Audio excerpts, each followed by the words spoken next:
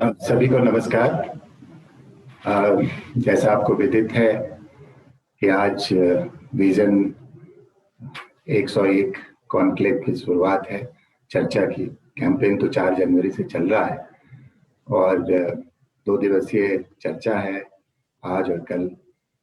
इसमें आप सभी पैनलिस्ट का मैं आइडिया और उसकी टीम की तरफ से बहुत बहुत स्वागत करता हूँ। जो भी मित्रगण अलग अलग सोशल मीडिया प्लेटफॉर्म से जुड़े हैं इस चर्चा में, उनका स्वागत है। और इस पूरे सत्र का संचालन हमारी सहकर्मी गुंजन करेंगी। Over to Gunjan. Thank you so much. Braille is knowledge and knowledge is power. As quoted by Louis Braille, whose birth anniversary is marked on 4th of January, we all have gathered today to celebrate that. I, Gunjan, welcome you all on behalf of Team Inclusive Divyangjan Entrepreneur Association, IDEA. IDEA is an Indian organization based in Delhi, formed in March 2019, where we have taken up the mission to provide the differently abled community with the power of economic independence by developing credible employability and entrepreneurship opportunities. IDEA intends to be a social impact venture by working towards the empowerment of differently abled section by providing them with the platform to thrive. This shall help in creating the livelihood and instilling self confidence and belief in their abilities. It aims to help the disabled community to gain an equal and contributing member status of the society. The goal of the idea is to create 5,000 Divyangjan entrepreneurs and employment for 1 lakh PWD in the next 5 years, which is by 2024. Today, we have all gathered to learn the importance of Braille, challenges of it, and the opportunities in education for persons with visually impaired. We have our first speaker, Mr. Kamal B. Singh Jaggi. He is the coordinator of the Department of Special Education and Research. Sir was diagnosed with retinitis pigmentosa by birth. He first joined school with sighted children but shifted to a school for the blind in Delhi after 1 year. Sir completed his bachelor's and master's from Delhi University in the specialization for English literature. Sir has also completed his B.Ed from Delhi University and MPhil from JNU. He taught English as a postgraduate teacher in 2 schools run by Director of Education in Delhi. Since 2008, he has been working as a principal at National Institute for the Empowerment for Persons with Visual Disabilities. At present, Sir is the coordinator for the Department of Special Education and Research. Sir has been associated with the Organization for the Blind for the past 28 years. We also have Dr. A. Gangatharan, a professor in the Department of History in BHU, which is Banaras Hindu University, Varanasi. Sir has done MPhil and PhD from JNU, New Delhi. He has completed 11 years of teaching and specialized in history of ideas, intellectual history, and mission studies. He also taught semester for the University of Buffalo and various other universities. With us, we'll be joining soon our last but not the least, Ms. Sanskriti Dwale from Bangalore, Karnataka. Ma'am is a co-founder and CEO of Thinkerbell Labs. She, along with her team, designed Annie, a braille literacy device that helps the visually impaired learn to read, write, and type in braille independently through interactive audio guided content. Annie allows for easily monitoring and evaluation of student progress via analytics. Ma'am has done graduation in computer science from Birla Institute of Technology and Sciences. Ma'am also is a speaker of TEDx and was awarded the Student of the Year in 2019. We welcome you all on behalf of IDEA. I would like the session to start with Kamalveer sir. If you can share your life experience in brief with the challenges you faced in your life and how you were introduced in Braille. Sir, over to you. Yeah, thank you very much, Gunjan. And it's a great opportunity to be associated with IDEA, Inclusive Divyangjan Entrepreneur Association. Uh, you seem to have a long goal ahead, but it's very heartening to know that you're planning to work in the field of Divyangjan and give them opportunities of various kinds. Uh, I must also first thank Mr. Vinay who connected me with you, and then Karen. She's been regularly in touch with me for past 1 week. So let me begin now.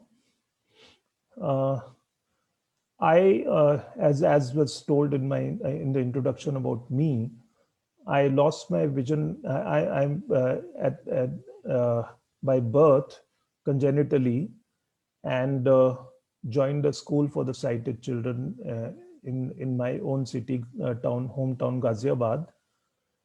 Later on, we learnt about a special school for the blind at Delhi, and joined there.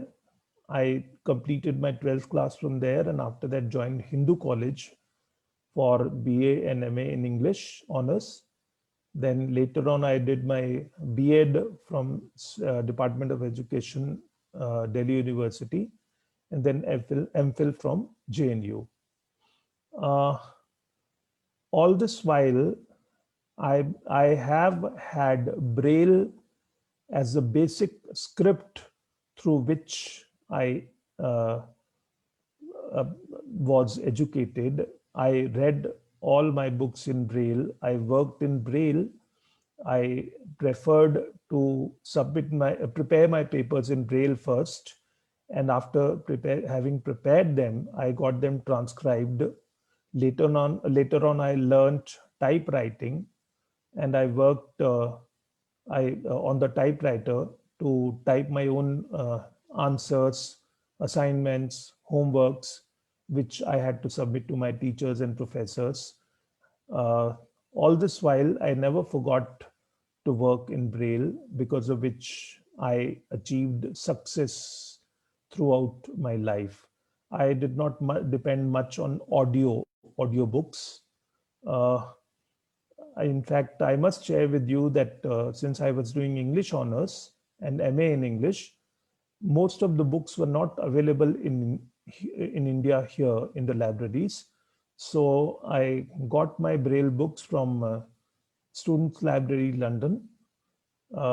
These books were sent to me by post by ship, and it took about 6 months to reach these books here in India.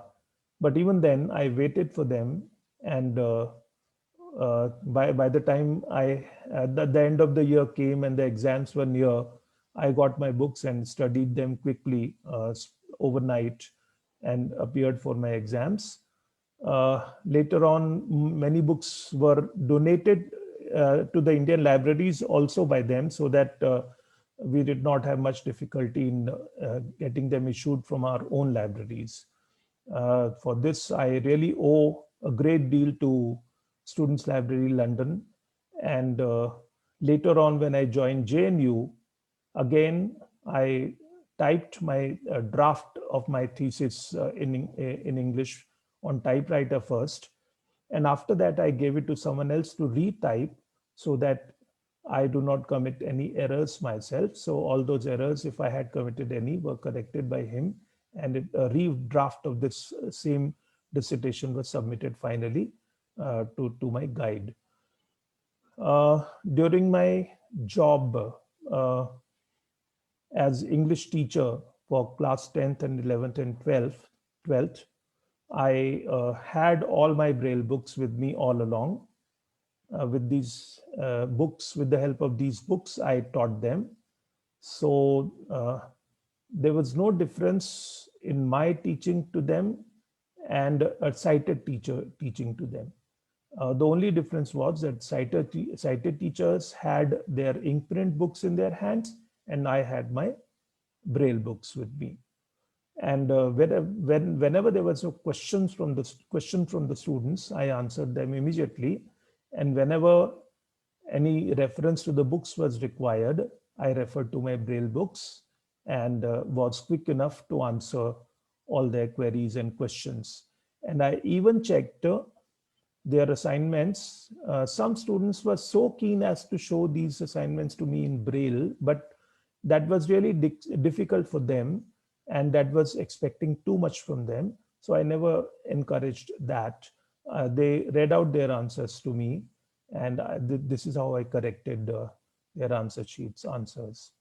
So this is how I have been doing all along. Then later on, in 2008, I joined here as principal in the NIEPVD, that is National Institute for the Empowerment of Persons with Visual Disability, where all the visually impaired students were enrolled. There've been about 240 students in this school, and the school is one of its kind in the country, because it's run by Ministry of Social Justice and Empowerment. This is the only school that the ministry runs in the entire country. So students from different parts of the country join this school, even from Northeast, West Bengal, Bihar, Jharkhand, and all our neighboring states, of course, then Uttarakhand, Haryana, Uttar Pradesh, Punjab, etc. So some kind of a national integrity is witnessed in the school, and some kind of harmony prevails among students here. And now I'm teaching B.Ed students, and I'm coordinating here their classes, etc. So B.Ed also, there are students from different parts of country. Many of them, of course, are from Dehradun and Uttarakhand, but there are students from other parts of the country also. So this is what I have to say about myself, the background, and I'll welcome the queries from you, Kunjan, if there's any more to be added. Thank you, sir. It was an insightful time with you. We would also like to know the challenges, if any, you faced while you were instilled on Braille, and while the world was either on ink, or अगर आपके साथ ऐसे कोई अलग special challenges face हुए आपको लगता है, तो हम और हमारी ऑडियंस जानना चाहेगी sir. Definitely, I would like to repeat that getting books in Braille, of books of English literature in Braille, was itself a big challenge, because in India, in Indian libraries, English literature books in Braille were not available. So I obtained all these books from Students' Library, London. Arranging these books from there was itself a challenge, which I accepted. And not only making arrangements of these books, but waiting for them. As I said, that the books arrived 6 months after I requested for them. I wrote a letter to them. I wrote letters to them, and the books arrived only 6 months later. That itself was a challenge, because by the time my books arrived, other students of my class were had already read their books and were already there ready with their assignments and all. So it by itself was a big challenge. Then whichever books were not available from there, we got them recorded, and my friends, college friends, helped a lot. They were always ready to record novels for me, voluminous novels for me, and prepare these novels. When I studied, there was cassette recorder available. So they recorded these books in cassettes for me. And these days, I noticed that these challenges are not there for the students, because they can always read e-text with the help of screen readers.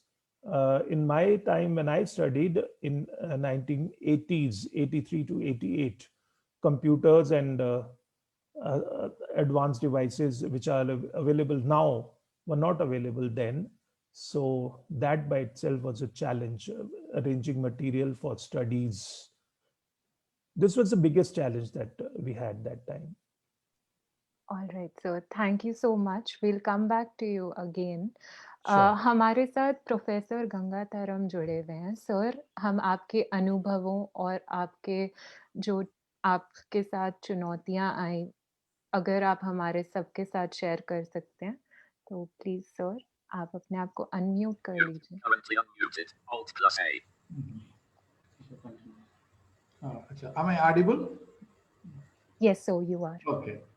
Thank you for inviting me to be part of this program. I think so, as we are discussing about the role of Braille as far as in academic activities and even enabling people with vision challenge. So I think so. It can be explained in many ways, but nevertheless, considering the paucity of time as well as the nature of the audience, I think so.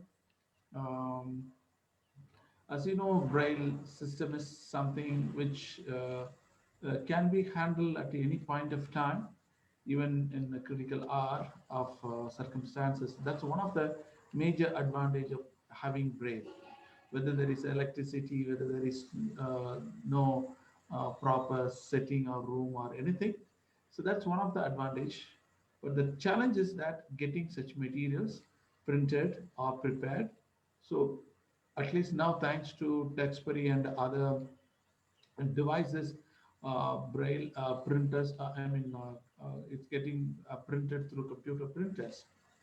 But when I completed my student studies, that time I did not have access to such computerized materials. So therefore, what I do is that use the Mark Braille, which is generally made from one of the voluntary agencies in German, and they produce huge a number of slates.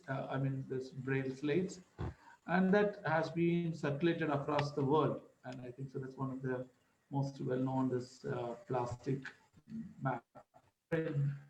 pad that has been used for writing because it's in the A4 size, which can be carried there anywhere, and whatever kind of a paper one wants to use can use it.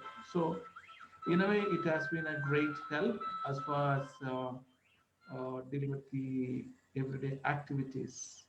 But what is significant with the Braille is that I would say is that mm, I also lost the sight when I was much young, in the age of some about 8, and slowly lost the sight, and that's how my transition was slightly difficult in the beginning because of catching up with disability of sight, not being able to see. But in due course of time, that has been overcome because of those things happen much younger in life. Therefore, you could not make much of a great expectational failures.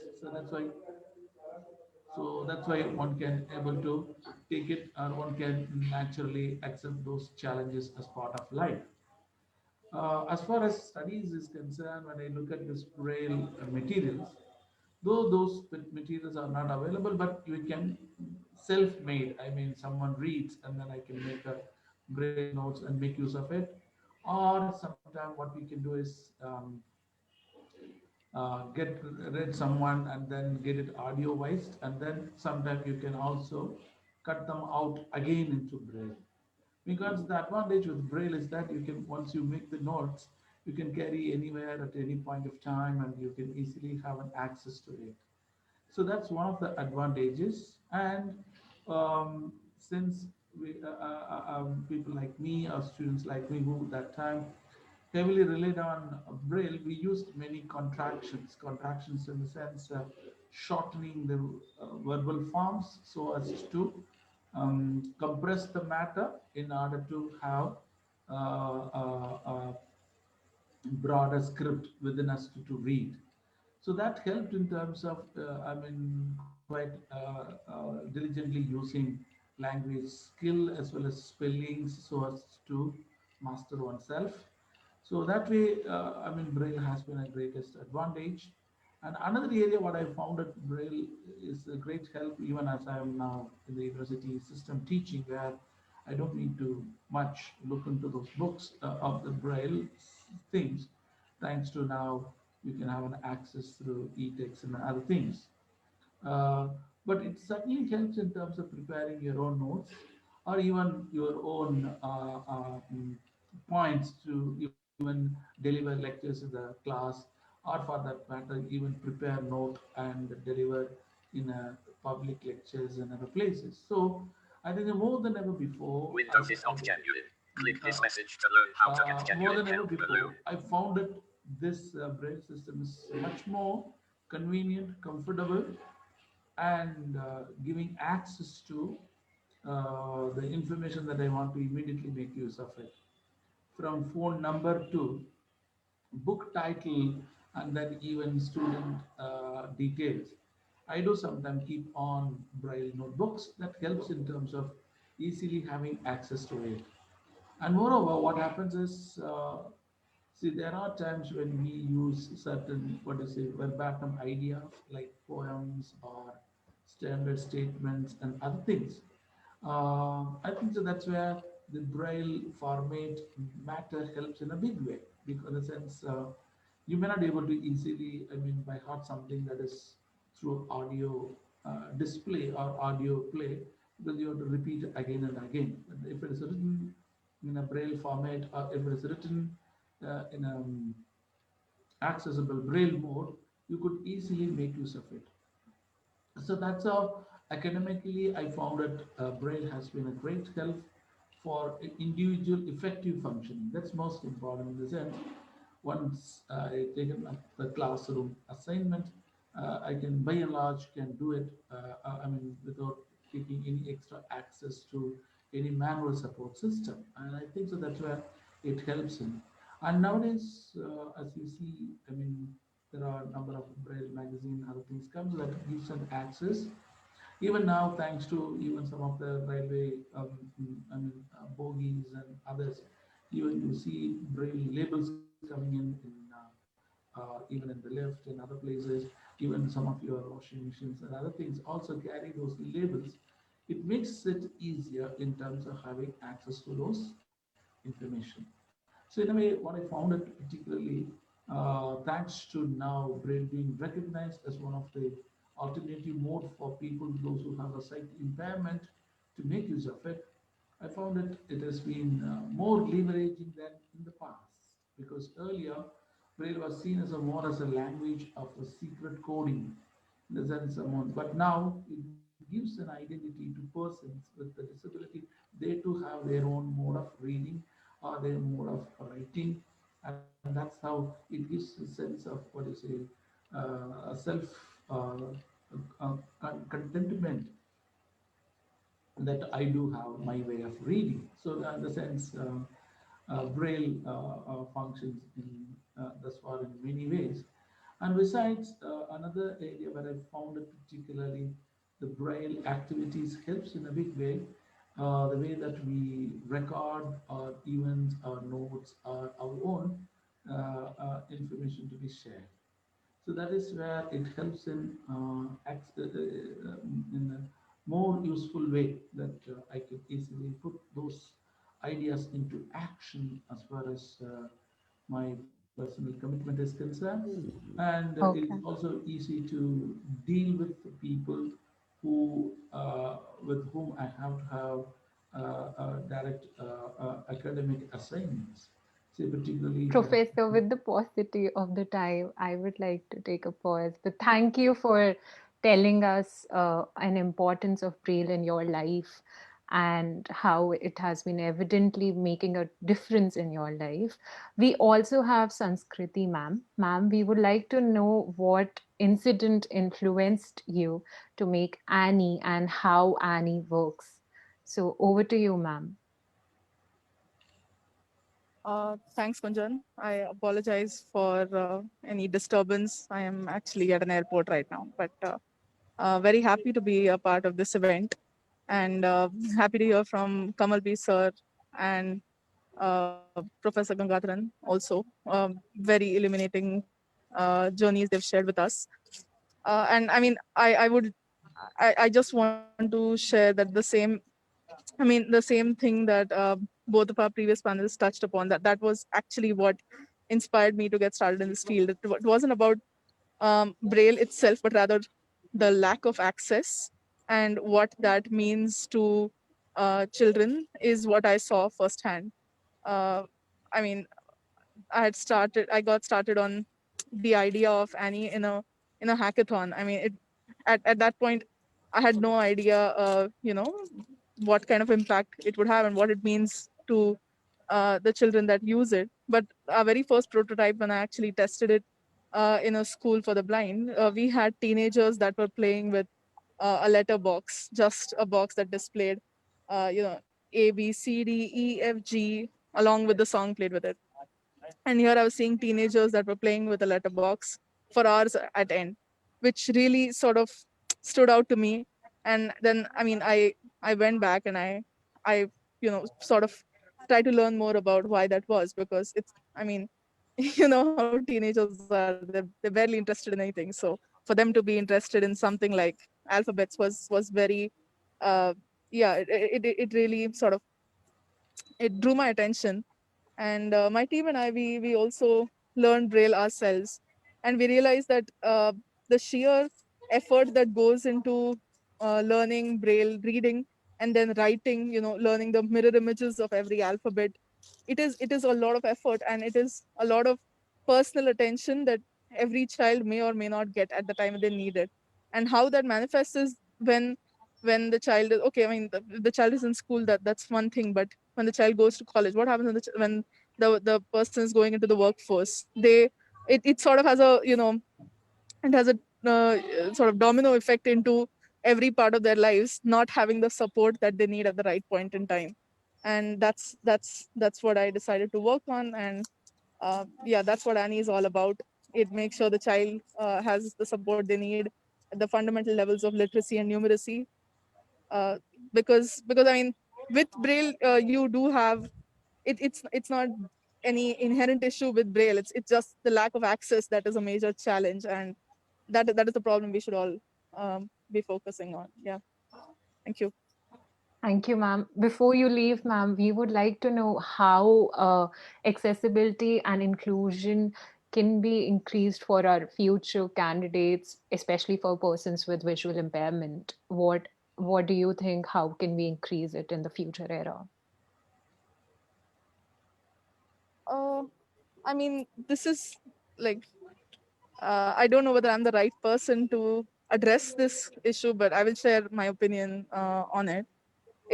I mean, I have a firm belief that inclusion and accessibility is a societal responsibility, and not not of the individuals with special needs, because it is as a society that we gain by creating equal platforms and accessible ways for everybody to participate. We gain as a society, and the burden should never be upon the individual.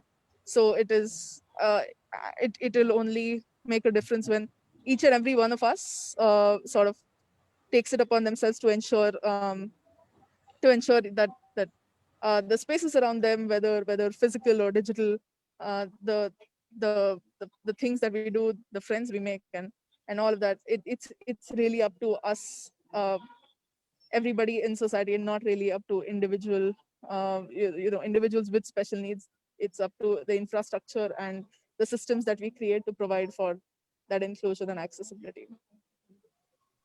Thank you, ma'am, for beautifully pointing out how the world needs inclusion. Kamal भी, so we would like to hear you. How do you feel? आपको कैसे लगता है कि हम visually impaired लोगों के साथ और accessibility बढ़ा सकते हैं? All right. Actually, आपने inclusion के बारे में एक सवाल पूछा था, उसमें मैं भी अपने विचार जोड़ना चाहूँगा. See, I always support education of visually impaired children in a special school. He should study in a special school initially for 12 years, that is school education. And once it is over, the automatic inclusion begins when he joins colleges for higher education. By that time, he's perfectly equipped to join society and be a part of it. And in colleges, he's got his own mode of studies. He's learned his own script, that is Braille. He's learned how to manage without Braille also, with audio and e-text, etc. So his inclusion becomes more realistic then. And then in society also, he's a part of it. He or she is a part of it also. So first the special education in schools, in a special school, and then the inclusive part. And college education gives him or her a lot of opportunities. His college mates, classmates help him a lot in colleges. This is how I have acquired education, and this is how I think we should, a student should go ahead, a visually impaired should go ahead, so that by the time he even finishes college and university education, he is a part of society. He's learned both. He's learned to be among uh, children with special needs, and he's also learned to be among people who are not disabled. And then he is ready to join his jobs later on, or follow a profession, and then be ready for social life. This is what my opinion is. Thank you, Kamalbi sir. It's really beautiful how education has its own thing, and it all starts with education. Professor Gangadharan, any last thoughts by you on accessibility, inclusion, You're especially for currently persons unmuted. with Alt plus A. visual impairment? I think the last thought as such, I don't think so. Anything is there. It depends upon how you look at it and how you make use of it. I think that's how one can look at it. Okay, with this, we would like to end the session with a thought of Helen Keller, who said, "Alone we can do a little, but together we can do a lot." All the audience who have been watching us on Facebook, please stay intact. We'll be back in 5 minutes. Also, my team, can you tell me any questions, if there are any, from Facebook for Professor Gangadharan or Karambi sir or Sanskriti ma'am?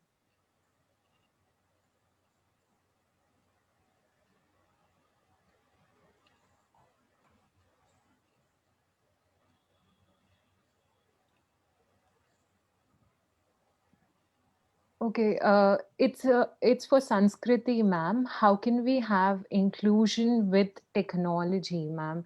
Any thoughts on same? Right. Hi. So, I mean, this is something pretty personal to me. This is exactly what Annie is for. We have children using it in an inclusive setup as well, with sighted children, where the child with special needs has Annie to be their technology partner, to be their learning companion. And I actually think, I mean, whether it's Annie or a host of other technologies that are available today, technology is actually is foundational in making sure that there is a level playing field, because of how scalable it is, and it is not dependent on another person. It is empowering the person themselves to access the environment on their own. I think that's why technology is the cornerstone. I mean, technology, along with how to say, the right mindset of everybody involved. Those two are key to creating an inclusive environment, I feel. Thank you, ma'am. We also have one question for Professor Gangadharan. Vinay, can you? Is it the same question? Vinay, can you relay the question?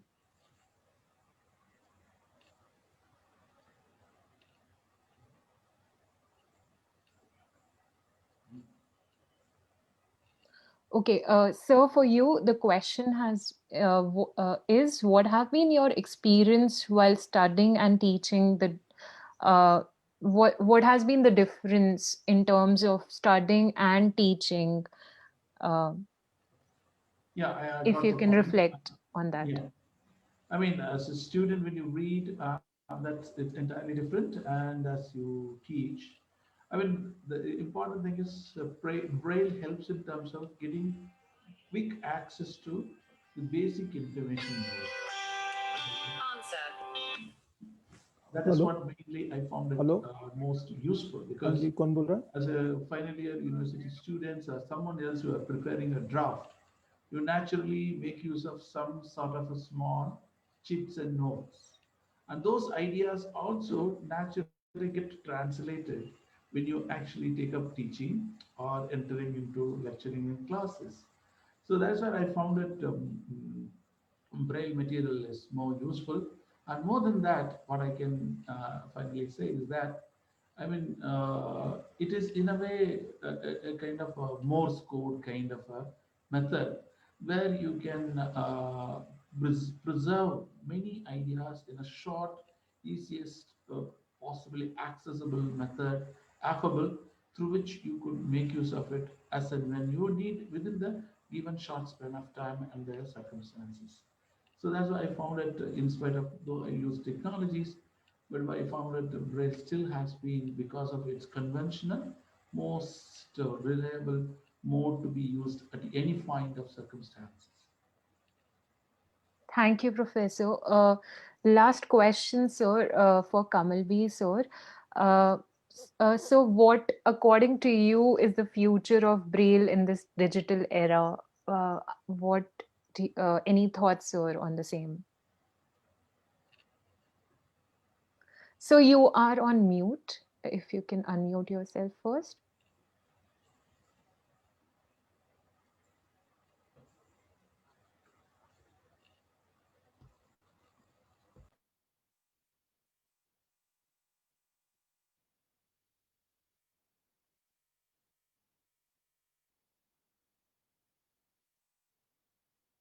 मैंने तो नहीं किया.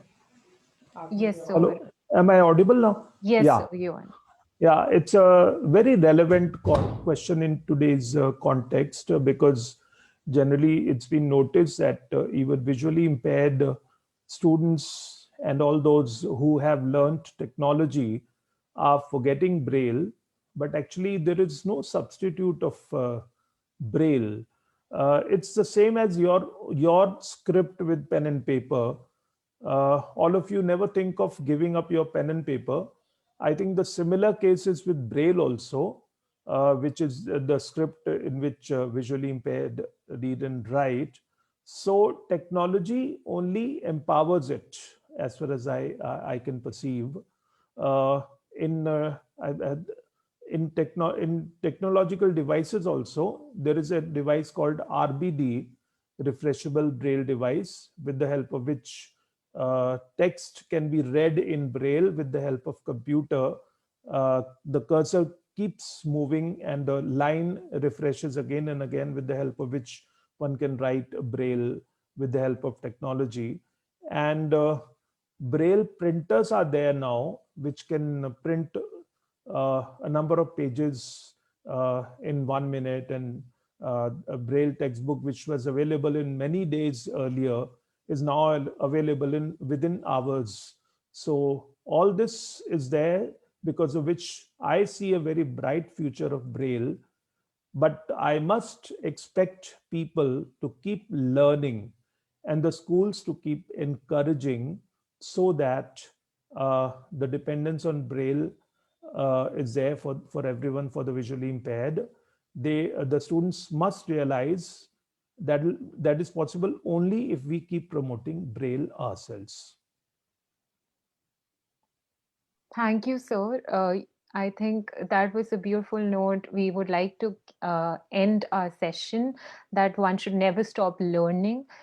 anybody who want to reach out to us, who you can reach out to us on the same Facebook page or our helpline number, which is 405 33505. I would repeat, anybody who would like to reach out to us for any kind of help in employment or entrepreneurship can reach out to us on our Facebook page, which is IDEA, Inclusive Divyangjan Entrepreneur Association, or our helpline number 011 405 33505.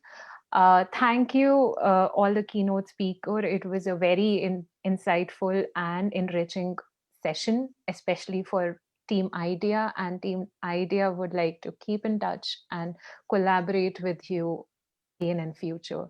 So thank you, each one of you.